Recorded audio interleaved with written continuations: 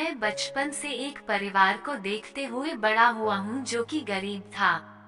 परिवार में दो भाई और एक बूढ़ी माँ थी। जैसे तैसे करके दोनों बेटों की शादी की।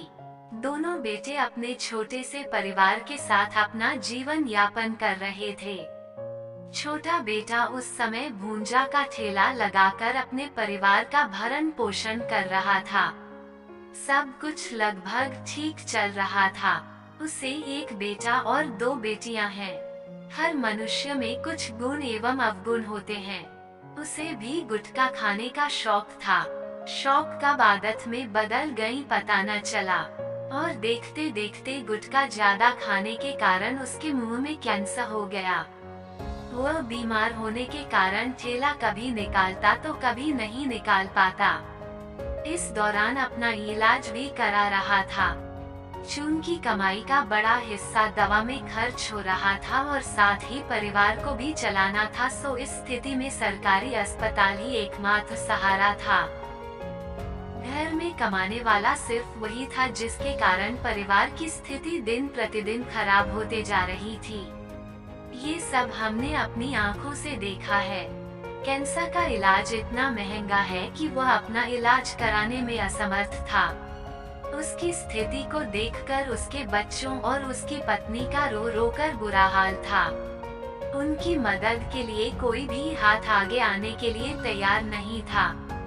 एक बात सही बोली गई है कि रिश्तेदारी सिर्फ अमीरों से ही निभाई जाती है। उसकी पत्नी चाहकर भी उसके लिए कुछ नहीं कर पा रही थी। ऐसा लगभग बहुत दिनों तक चलता रहा। भगवान से भी ये सब देखा नहीं गया और अचानक एक दिन उसकी मृत्यु हो जाती है। छोटे बच्चों और उसकी पत्नी के चीख से पूरा मोहल्ला गूंज जाता है। अब आसपास के लोग उसकी पत्नी को चुप कराते हैं, तो कोई उनके बच्चों को गोद में लिए है। बच्चे बड़े भी नहीं हुए थे कि उनके सर से बाप का साया हट गया। फिर आसपास के लोगों ने मिलकर अंतिम संस्कार किया। घर में कई दिनों तक चूल्हा नहीं जला, लेकिन पापी पेट कब तक शांत बैठे। उधर से बच्चों की आवाज आने लगी, माँ भूख लगी है, खाना बनाओ। और माँ तो आखिर माँ होती है। अभी आँख के आंसू सूखे नहीं थे, फिर वो बच्चों के लिए खाना बनाने गई। बच्चों को तो उसने खिला दिया, पर उसे खिलाने वाला कोई नहीं था। अब घर में रखे पैसे भी धीरे धीरे खत्म हो चुके थे और बच्चों को पालना भी था। फिर उसने समाज की चिंता न करते हुए वही अपने पति का ठेला निकाला और फल बेचने लगी। मैं सोचता हूँ कि आखिर इतनी हिम्मत उस औरत में आई कहाँ से। अभी उसके पति के मृत्यु को महीना नहीं हुआ और वह अपना आंसू पोंछकर अपने बच्चों को पालने का सोच लिया था।